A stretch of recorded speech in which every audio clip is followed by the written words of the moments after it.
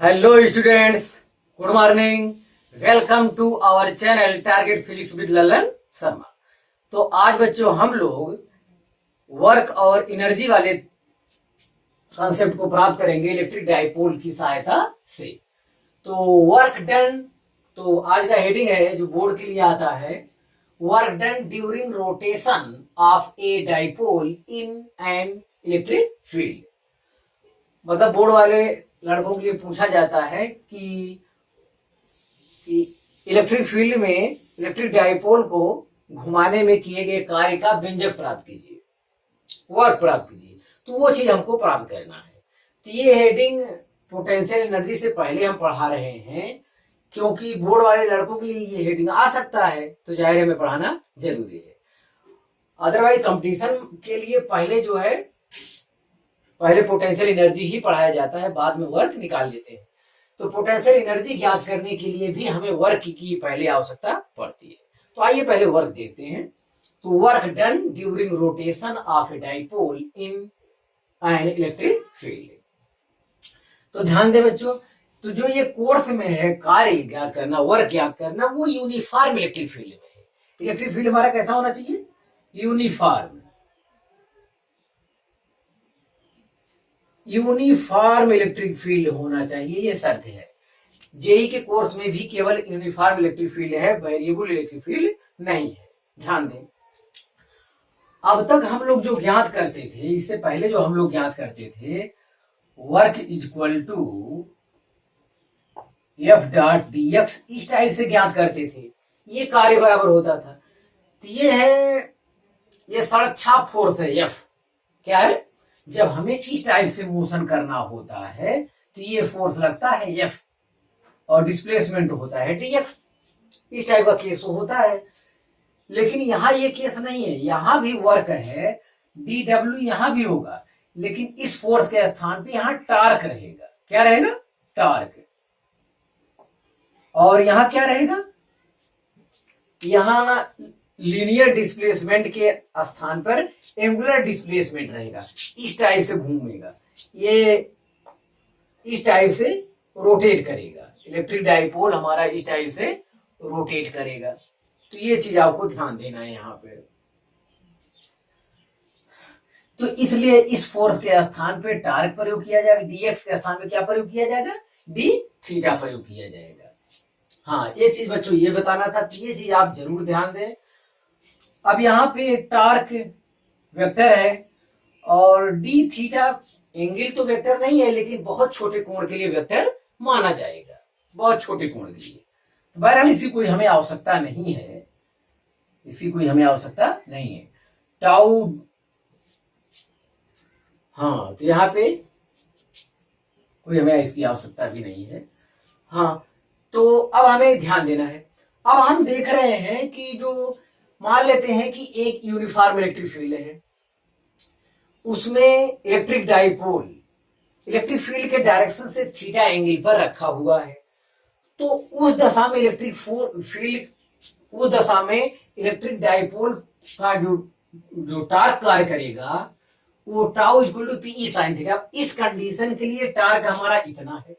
अब हम अगर इलेक्ट्रिक डाइपोल को विद्यार्थी रोटेट करते हैं तो एंगल का मान बदलेगा। जब एंगल का मान बदलेगा तो टार्क का मान भी क्या होगा? बदलेगा। ये टार्क का मान जैसे जैसे घुमाते जाएंगे, हर जगह टार्क का मान क्या हो रहा है? बदल रहा है। मतलब टार्क वेरिएबल है। अब अगर टार्क वेरिएबल है तो विद्यार्थी कार्य हम कैसे ज्ञात करेंगे? तो उसके लिए एक ही कंसेप्ट बचता है, वो है इंटीग्रेशन मेथड। हाँ, यही हमें आपको बताना है। तो ये चीज हम हटा रहे हैं, हमें इसकी आवश्यकता नहीं है। ये समझाना था कि ये कैसे आया। एक चीज और विद्यार्थी, अगर यूनिफॉर्म इलेक्ट्रिक फील्ड में कोई टार्क है तो उस पर एफ नेट फोर्स क्या होता है? जीरो कार्य करता है। इतना ध्यान दें, ये कंसेप्ट बहुत दिमाग में रखें, इंपॉर्टेंट है। अगर कोई टार्क यूनिफॉर्म इलेक्ट्रिक फील्ड में रखा है तो उस पर कार्य करने वाला नेट फोर्स ऑलवेज क्या होगा? जीरो। ऑलवेज जीरो होगा, किसी भी एंगल पे रखा जाए। यहाँ क्यू इधर, यहाँ क्यू इधर। जब इसको जोड़ने लगेंगे, प्लस क्यू माइनस क्यू जोड़ेंगे तो क्या हो जाएगा? प्लस क्यू के कारण जो इलेक्ट्रिक फोर्स होता है इलेक्ट्रिक फील्ड के डायरेक्शन में कार्य करता है। माइनस क्यू आवेश के कारण जो इलेक्ट्रिक फील्ड होता है वो इलेक्ट्रिक फील्ड के अपोजिट डायरेक्शन में कार्य करता है। क्यू ई ये अपोजिट डायरेक्शन कार्य करेगा माइनस क्यू आवेश के कारण, और प्लस क्यू आवेश के कारण force Q E electric field के डायरेक्शन में कार्य करता है। तो ये दोनों जब भी हम जोड़ेंगे तो एफ नेट क्या आएगा? Zero. F net always zero होगा इलेक्ट्रिक फील्ड में अगर कोई डाइपोल रखा है यूनिफॉर्म इलेक्ट्रिक फील्ड में, ये भी ध्यान देना है। यदि कोई डाइपोल यूनिफॉर्म इलेक्ट्रिक फील्ड में रखा है तो उस पर कार्य करने वाला नेट फोर्स सदैव जीरो होगा। शर्त यह है कि वो इलेक्ट्रिक फील्ड क्या होना चाहिए? यूनिफॉर्म होना चाहिए, और जेई लेवल तक कोर्स में यूनिफॉर्म इलेक्ट्रिक फील्ड ही है। ध्यान दें, एक चीज ये बता रहा था। तो बच्चों यहाँ पे हम टार्क निकाल चुके हैं, टार्क हमारा ये है। अब हमें इसको हमें मान लो ये स्थिति है, एक टार्क यहाँ रखा है पहली पोजीशन में, इलेक्ट्रिक फील्ड के डायरेक्शन से θ1 एंगल पे रखा है। हमें मान लो और एक, अब इसको घुमाए होंगे तो इलेक्ट्रिक फील्ड के डायरेक्शन से अब कोण उसका कितना हो गया? θ2 हो गया। तो हमें θ1 से θ2 तक घुमाने में किया गया कार्य ज्ञात करना है। अब ये बड़े बड़े कोण होंगे, θ1 इतना बड़ा होगा, θ2 और बड़ा होगा, या θ2 इतना घुमा दिया जाए, मतलब बड़े बड़े कोण है θ1 θ2। अब ऐसे में इतना लंबा घुमाएंगे तो ये टार्क हमेशा बदल जाएगा। हमारा टार्क हमेशा क्या हो जाएगा? बदल जाएगा। एक विशेष कोण के लिए टार्क निश्चित है, लेकिन कोण बड़ा करेंगे, θ1 से θ2 ले जाएंगे तो टार्क हमारा बदल जाएगा। एक विशेष एंगल थीटा के लिए टार्क कितना कांस्टेंट है। अब कार्य कैसे किया था? पहले तो एक छोटा सा कार्य ज्ञात कर लो। अब हम क्या करते हैं, हम मतलब एक्सटर्नल एजेंट द्वारा स्मॉल एंगल डी थीटा। देखो विद्यार्थी, बहुत जहां वेरिएबल वाला केस आता है, बहुत छोटा डिस्टेंस, बहुत छोटा डिस्प्लेसमेंट पे माना जाता है कि फोर्स का मान क्या रहेगा? कांस्टेंट रहेगा। ये चीज, और ये जो टार्क लगा है, टार्क की वजह से, टार्क हमारा कंजर्वेटिव फोर्स है। कौन फोर्स है? इलेक्ट्रिक फील्ड में जो फोर्स वर्क कर रहा है वो क्या है? क्योंकि ग्रेविटेशनल फोर्स हुआ और इलेक्ट्रिक फोर्स हुआ, तो ये सब कंजर्वेटिव फोर्स होते हैं। तो यहाँ भी ये फोर्स टार्क लग रहा है इलेक्ट्रिक फील्ड में, तो ये भी हमारा कंजर्वेटिव फोर्स है।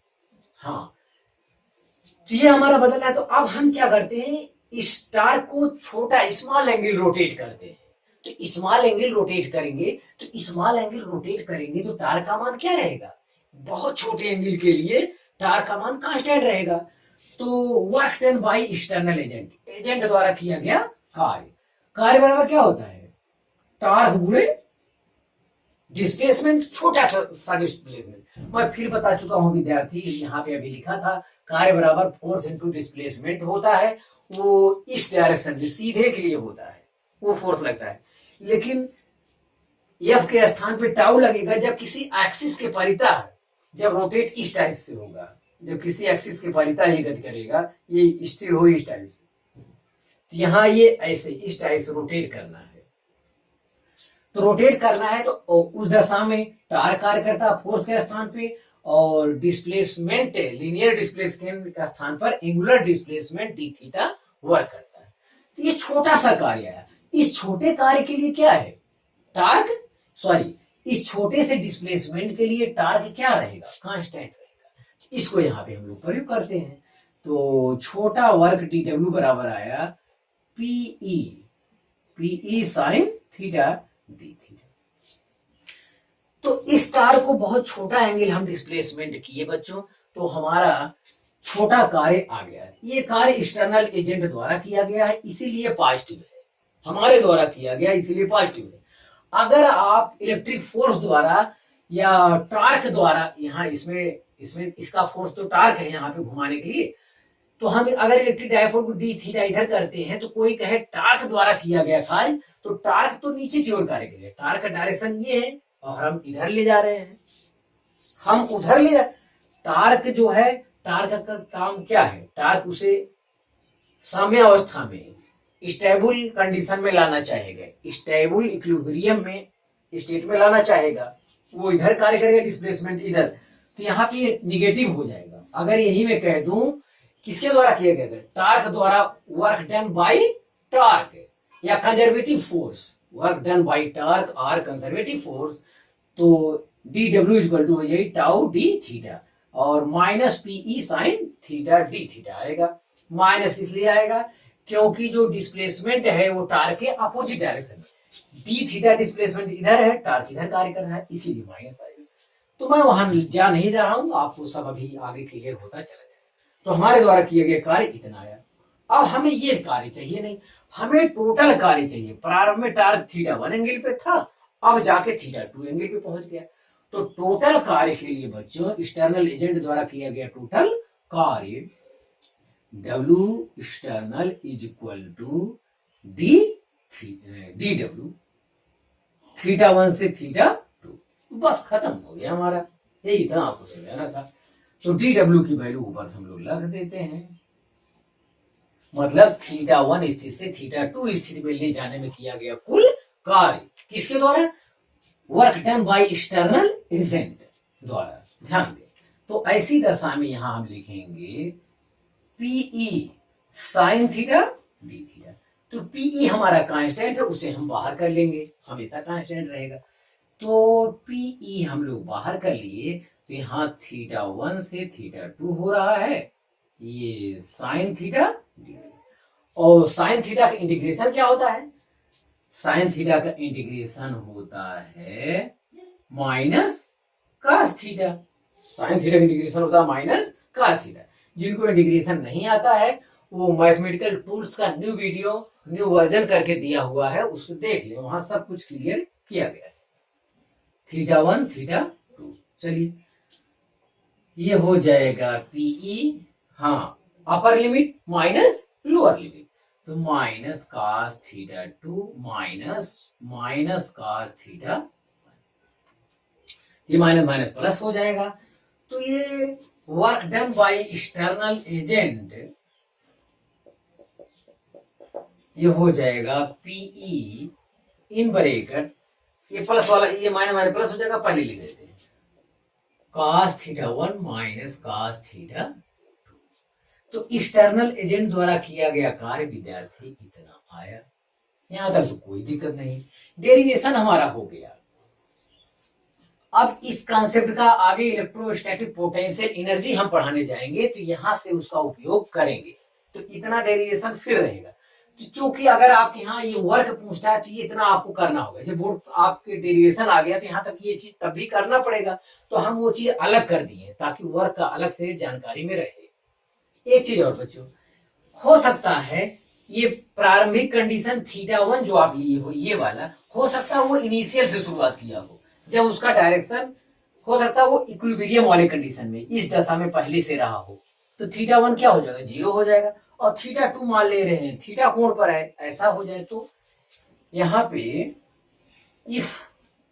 If theta 1 equal to 0 and theta 2 equal to theta मान ले, तो ऐसी दशा में देखें, ऐसी दशा में W work done by external agent equal to आएगा पीई cos 0 थीटा 1 का साइन 0 cos 0 मान 1 होता है, तो 1 माइनस cos थीटा। ये भी लोग फार्मूला देते हैं, लेकिन ये सूत्र याद नहीं करना है। प्रॉब्लम हल करने के लिए आपको दूसरा तरीका हम बताएंगे। आप डेरिवेशन अगर बोर्ड में पूछा जाता है तो उसके लिए ये काम करना होगा आपको। हाँ, तो ये फार्मूला है। ये इसका मतलब ये है कि जो इनिशियल स्टेट है इलेक्ट्रिक डायपोल का, वो इलेक्ट्रिक फील्ड के डायरेक्शन में, मतलब इक्विलिब्रियम वाला केस है। यहाँ माइनस क्यू रहेगा, यहाँ प्लस क्यू रहेगा, उस डायरेक्शन में रहेगा, तो 0 कोण माना जाएगा। हाँ ये है। अब इसमें विशेष कंडीशन हो सकता है, विशेष कंडीशन में वर्क कितना होगा, स्पेशल केस, स्पेशल केसेज में नंबर 1 थीटा इक्वल टू 0, ये थीटा जो है इसमें अगर ये 0 हो जाए तो कितना होगा, इलेक्ट्रिक डायपोल यही रखा रहे हमेशा तक, तो cos 0 मान 1 होता है। तो एक्सटर्नल एजेंट द्वारा किया गया कार्य कितना हो जाएगा, 0 हो जाएगा। कितना हो जाएगा, 0 हो जाएगा। टार्क हर जगह में 0 है, ये भी ध्यान देना।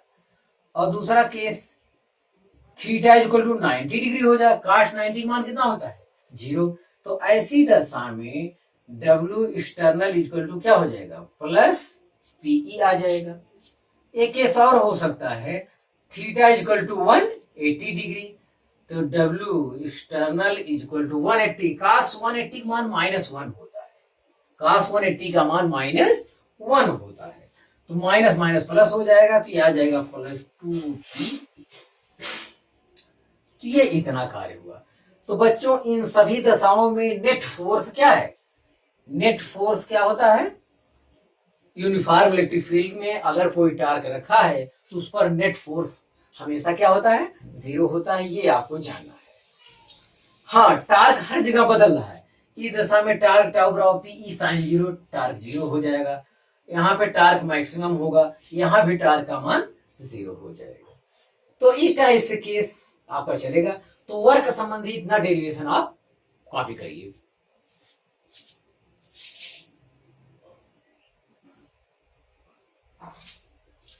हाँ विद्यार्थी, अगला बहुत ही गहरा कंसेप्ट देखा जाए, अगला हेडिंग है पोटेंशियल एनर्जी। पोटेंशियल एनर्जी मतलब इलेक्ट्रोस्टैटिक पोटेंशियल एनर्जी, इसका मतलब potential energy of an electric dipole in an electric field.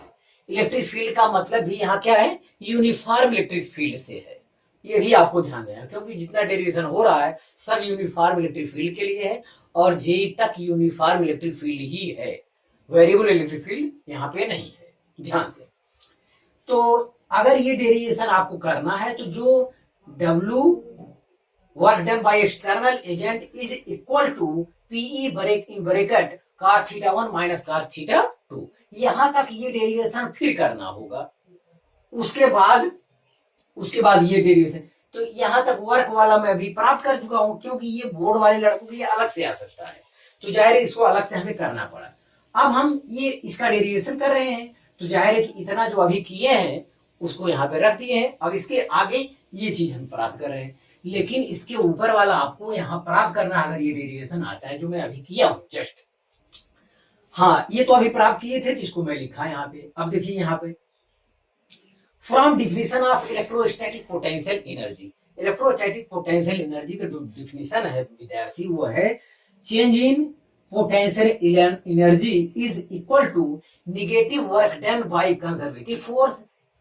कहा जाए ये भी सही है, कंजर्वेटिव फोर्स मतलब यहाँ पर कंजर्वेटिव फोर्स हमारा टार्क है या इलेक्ट्रोस्टैटिक फोर्स है, इलेक्ट्रोस्टैटिक फोर्स कहें या टार्क कहें, यहाँ पे वो कंजर्वेटिव फोर्स है।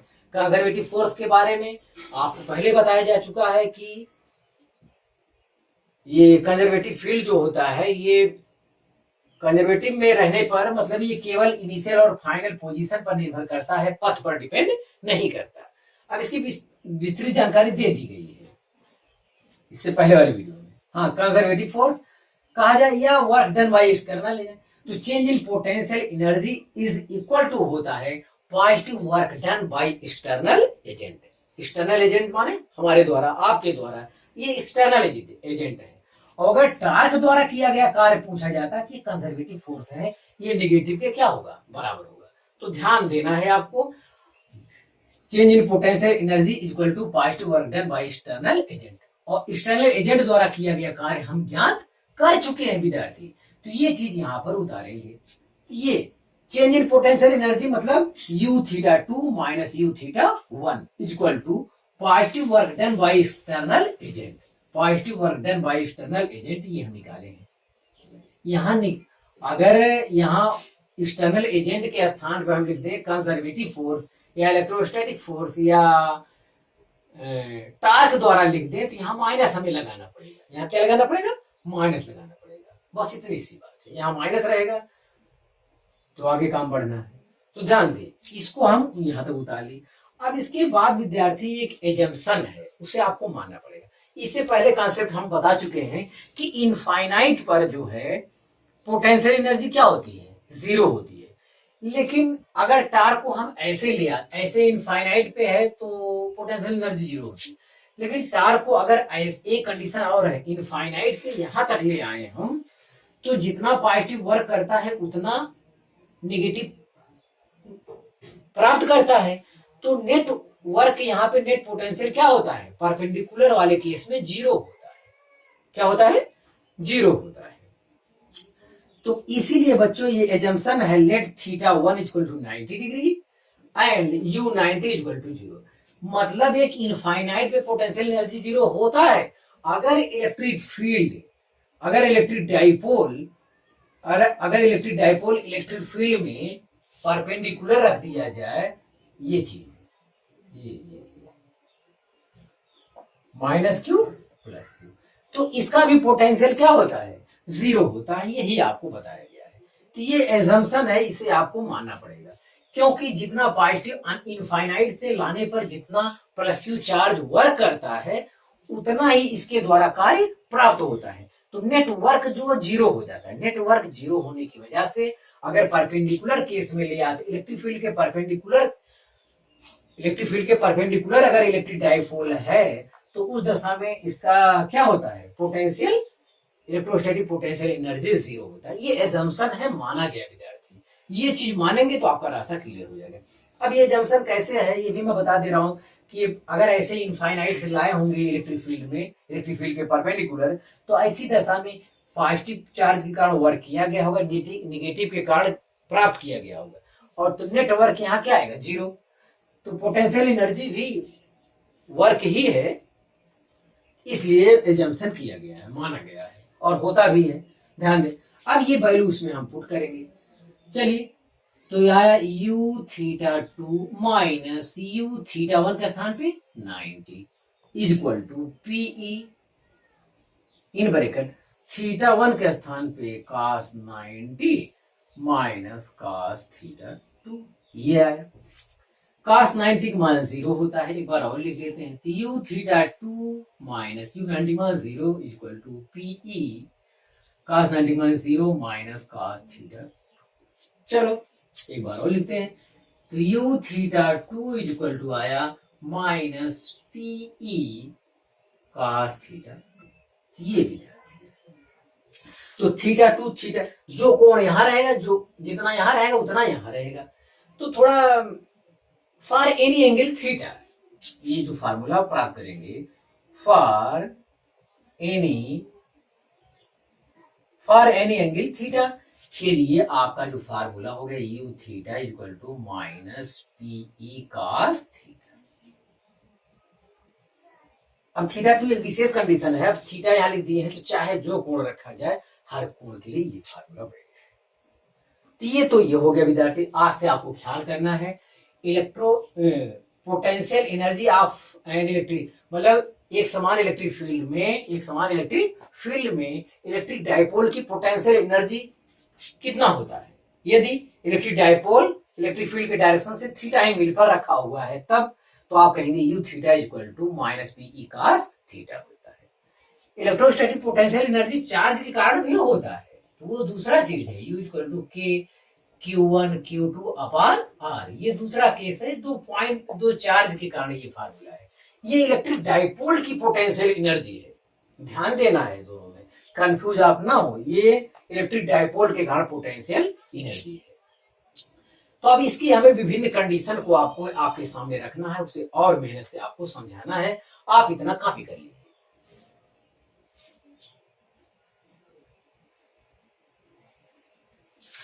हाँ विद्यार्थी, देखा जाए special case electrostatic potential energy किसी अगर इलेक्ट्रिक डाइपोल एक समान इलेक्ट्रिक फील्ड के डायरेक्शन से थीटा एंगल पर रखा गया है, तो electrostatic potential energy u theta is equal to minus P E cos theta होता है।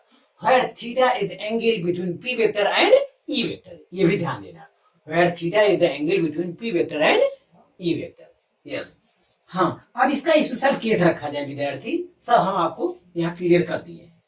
स्पेशल केस मतलब अगर इलेक्ट्रिक डाइपोल जो है यूनिफॉर्म इलेक्ट्रिक फील्ड में ऐसे रखा हुआ है तो क्या होगा। ऐसे रखा हुआ है तो ये थीटा इक्वल टू क्या होगा, 0 होगा। तो cos 0 का मान कितना होता है, 1 होता है। तो u 0 इक्वल टू कितना आएगा, electrostatic potential energy electric dipole का कितना आएगा, माइनस पीई आएगा। ये इलेक्ट्रोस्टैटिक पोटेंशियल एनर्जी का सबसे मिनिमम मान है। ये कौन सा मान है, मिनिमम मान, इससे कम मान नहीं होता। ये मिनिमम वैल्यू है electrostatic potential energy minimum value, F net always zero होता है। मैं बताया इलेक्ट्रिक डाइपोल में, इलेक्ट्रिक फील्ड में इलेक्ट्रिक डाइपोल रखा है किसी भी एंगल पर तो नेट फोर्स उसका जीरो होता है। ये हो गया। अब जीरो अंश के एंगल पर रखा है तो टार्क देख लेते हैं। टार्क भी क्या है, जीरो रखा है। टार्क टाउ बराबर पीई साइन थीटा होता है विद्यार्थी, tau equal to P E sine theta होता है। साइन जीरो का मान जीरो, साइन जीरो का मान जीरो होने की वजह से टार्क भी जीरो हो गया और एफ नेट भी जीरो है। इसका मतलब क्या होता है, एफ नेट इस पर नेट फोर्स जीरो हो गया। नेट फोर्स जीरो होने की वजह से इलेक्ट्रिक डाइपोल आगे नहीं बढ़ पाएगा, इलेक्ट्रिक डाइपोल आगे नहीं बढ़ पाएगा। एक चीज ये ध्यान देना है। और टार्क भी जीरो है, टार्क भी जीरो है तो ये घूम नहीं पाएगा, घूम नहीं रहा है टार्क, नहीं टार्क मतलब इस दशा में है। ये क्यू इधर है, प्लस क्यू फोर्स इधर है, माइनस कारण क्यू इधर है, तो ये बैलेंस है, मतलब अपने अक्ष पर भी रोटेट नहीं करेगा। तो ये एक ऐसा कंडीशन है जो आराम की कंडीशन में एकदम रिलैक्स है बेचारा, तो उसे जरा सा भी कोई तकलीफ नहीं है। इसीलिए इसे कहा जाता है equilibrium, equilibrium stable equilibrium. Equilibrium में तो है, इक्विलिब्रियम दो प्रकार का होता है, स्टेबल इक्विलिब्रियम एक, अनस्टेबल इक्विलिब्रियम या नॉन स्टेबल इक्विलिब्रियम। तो ये कंडीशन है, ये ध्यान देना। ये स्टेबल इक्विलिब्रियम का केस होता है, एकदम आराम की कंडीशन में है, क्योंकि इस electric potential energy, electrostatic potential energy का मान जब सबसे कम होगा, जब सबसे कम होगा, तो सबसे कम केवल यही कंडीशन में होता है, तो वहां पे क्या होगा, वो उसका स्थायित्व तो ज्यादा रहेगा। इलेक्ट्रोस्टैटिक स्टेबल इक्विलिब्रियम का केस यहाँ है, क्योंकि इलेक्ट्रोस्टैटिक पोटेंशियल एनर्जी का मान जब सबसे कम रहेगा तो स्टेबिलिटी भी सबसे ज्यादा रहेगी, स्टेबल इक्विलिब्रियम उसे कहा जाएगा। अब आगे देखते हैं, अगर ये electric dipole electric uniform electric field के परपेंडिकुलर रख दिया जाए तो क्या होगा, तो यू 90 रखेंगे इस फार्मूले में, cos 90 का मान जीरो होता है, तो you electrostatic potential energy zero है।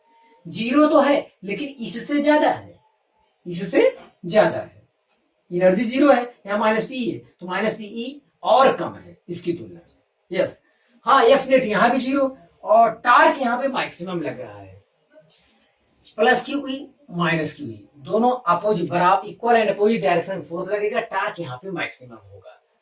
तो ये ध्यान देना है, तो ये केस रहेगा, ये इस दशा में टार्क सबसे ज्यादा रहता है और उसको इक्विलिब्रियम कंडीशन में लाने का प्रयास करता है टार्क।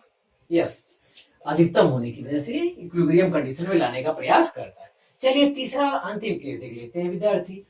अगर कोई इलेक्ट्रिक फील्ड का डायरेक्शन इधर इसको 180 अंश घुमा दिया है, मतलब प्लस वाला इस तरफ आ जाए, माइनस वाला इस तरफ, इसका उल्टा। जस्ट यहाँ देखें, थीटा इक्वल टू 180, तो u 180 cos 180 का मान -1 होता है। क्या होता है, -1।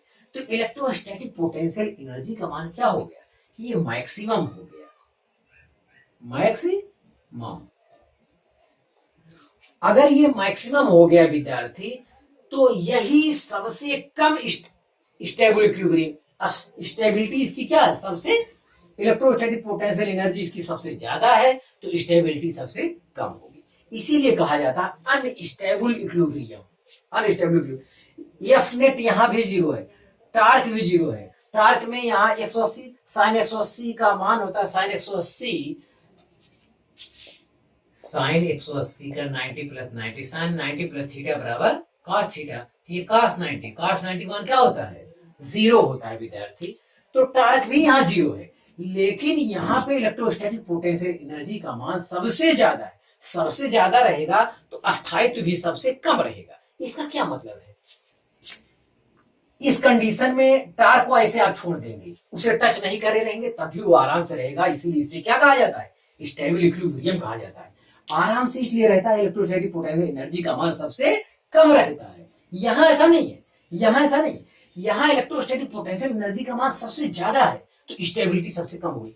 यहाँ पे इलेक्ट्रिक डाइपोल को ऐसे छोड़ नहीं देंगे, जब ऐसे आप छोड़ोगे टर्न से घूम के स्टेबल इक्विलिब्रियम कंडीशन में आ जाएगा।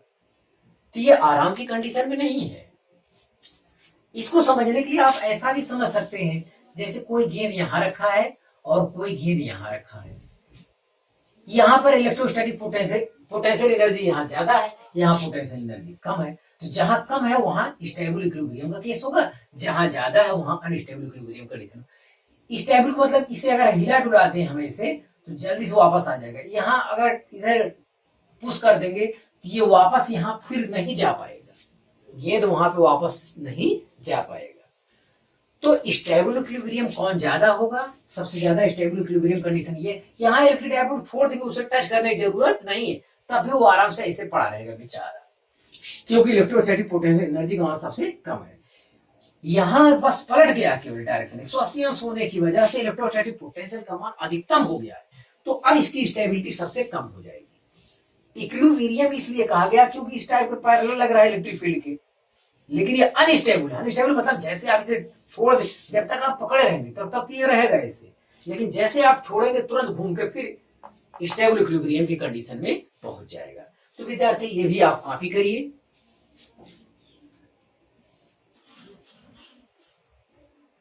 हाँ विद्यार्थी, देखा जाए कंसेप्ट फॉर न्यूमेरिकल। देखें विद्यार्थी, हम लोग क्या है, जो आपसे W इक्वल टू आया है फार्मूला, W इक्वल टू आया है P E cos theta 1 minus cos theta 2 आया है ये formula. Work done by external agent द्वारा किया गया कार्य का ये फार्मूला आया है। तो ये फार्मूला आप मत रटिए, याद मत करिए। कंपटीशन वाला सवाल इस फार्मूले पर भी रखने पर आता है, सवाल प्रॉब्लम सॉल्व हो जाता है, लेकिन इससे कंसेप्ट नहीं बनता, इससे कंसेप्ट नहीं बनता। इसीलिए प्रॉब्लम हल करने के लिए जैसे आपसे पूछा जाए work done by external agent, agent द्वारा किया गया कार्य बताइए। तो work done by external agent equal to positive change in electrostatic potential energy. हाँ, आपसे अगर पूछा जाए इलेक्ट्रोस्टैटिक फोर्स द्वारा किया गया, work done by electrostatic force by conservative force अगर कह दिया जाए, तो work done by conservative force is equal to negative change in potential energy. ये वही बात है यार, change in potential energy is equal to negative work done by conservative force, या change in potential energy is equal to positive work done by external agent. दोनों एक ही बात है, बशर्ते यहाँ पे हमें फोर्स ज्ञात, अगर वर्क ज्ञात करना, work done by external agent is equal to positive work done by positive change in potential energy. इस कॉन्सेप्ट से भी आपका प्रॉब्लम सॉल्व होगा। इसी से आप सवाल ज्ञात किया, जब भी वर्क पूछे तो अगर एक्सटर्नल एजेंट द्वारा किया गया कार्य पूछता है तो positive change in potential energy से सवाल लगाइए। अगर कंजर्वेटिव फोर्स द्वारा किया गया कार्य पूछता है आपका तो negative change in potential energy से सवाल लगाइए, बस खत्म हो गया। इसके आगे हमें कुछ जानना नहीं है, फिर भी मैं बता दे रहा हूँ न्यूमेरिकल कैसे हल किया जाता है। इस फार्मूले से आप सवाल ना लगाएं कंपटीशन वाला, ध्यान दें। रखते हैं यू थीटा टू कितना होता है, यू थीटा बराबर हम लोग अभी निकाले माइनस पीई कास थीटा। इस वैल्यू को यहाँ पे रखें, यू थीटा 2 का स्थान लिखेंगे माइनस पीई कास थीटा 2, ये होगा, ये वाला हो गया माइनस यू थीटा 1 है, यू थीटा 1 स्थान पे हो जाएगा माइनस पीई कास थीटा 1 विद्यार्थी हो जाएगा। इन ब्रैकेट इसे करेंगे। अब अंदर देखते हैं क्या आएगा, minus P E cos theta 2 minus minus क्या हो जाएगा प्लस पीई कास थीटा 1 हो जाएगा विद्यार्थी। अब हम लोग क्या करेंगे, अब इसको पीई कॉमन ले लेंगे, पीई कॉमन ले लेंगे विद्यार्थी, तो ये हो जाए पीई और ब्रैकेट में आएगा cos theta 1 minus cos theta 2 आएगा। ये work done by external agent द्वारा किए गए कार्य का फार्मूला है। तो यही हम डेरिवेशन में ये चीज पहले कर चुके, देखो यही चीज आया है, अब ये फार्मूला हम लोग नहीं लगाएंगे। कौन, यहाँ 1 है विद्यार्थी, यस, ये वाला पहले लिखा प्लस है, ये वाला माइनस बाद में लिखा, तो ये आया। ये मतलब प्रॉब्लम आप यहां से हल करेंगे, work done by external agent is equal to positive change in potential energy, या प्रॉब्लम आप यहां से हल करेंगे, work done by conservative force is equal to negative change in potential energy. यहां से आप प्रॉब्लम यहीं से हल करेंगे, देखो हल करने में इतना आता है। और मैं अगर कह दूं work done by conservative force, conservative 4।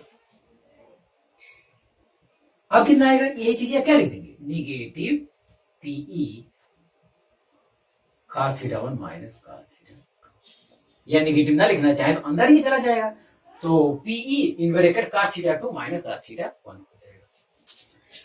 तो ये निगेटिव में आएगा, ये पॉजिटिव, मतलब वर्क निकाल के निगेटिव लगा देंगे तो इसका वर्क हो जाएगा, बस इतनी ही बात है। वर्क निगेटिव है तो कंजर्वेटिव फोर्स द्वारा किया गया कार्य, पॉजिटिव है तो ये।